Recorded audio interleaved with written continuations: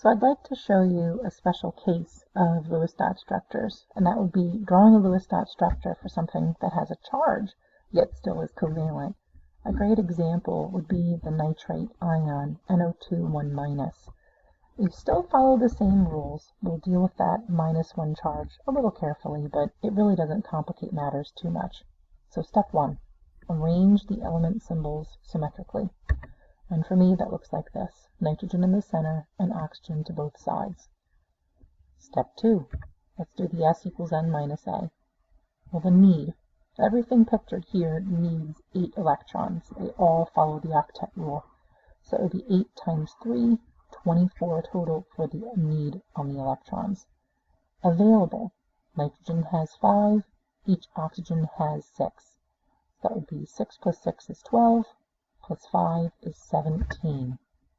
That's going to come out with a really weird number of shared electrons. In fact, it would be odd, and that's not good because it would have like a half of a bond left over at the end. So that -1 charge must affect my available. Now that -1 charge means that in my final structure I have an extra electron available to play with. So we're going to add that into my available. So instead of 17, it's actually 18. So if I complete my math now, my S equals N minus A should equal 6. I divide that by 2 to get the total number of bonds, which would be 3. So let's start drawing them in. I'm going to give each nitrogen to oxygen a single bond, but then I'm going to have a bond left over. So I'm going to arbitrarily just kind of put that to the left-hand side. If you pick to the right-hand side, it doesn't matter. It's all the same. So now I need to make sure that my structure is happy. I'm going to do 2 things. Number 1, make sure that I've drawn in all of my 18 available electrons. And number 2, make sure that everything's touching the appropriate number of electrons. Now you can see that the nitrogen in the center is touching 3 bonds. That means he's touching 6 electrons. Not happy yet. The oxygen to the right-hand side is only touching 2 electrons. Not happy yet.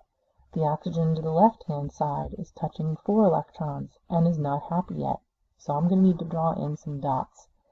The oxygen to the left-hand side is going to require 4 dots to bring its total up to 8. The nitrogen in the center is going to require 2 dots to bring his total up to 8.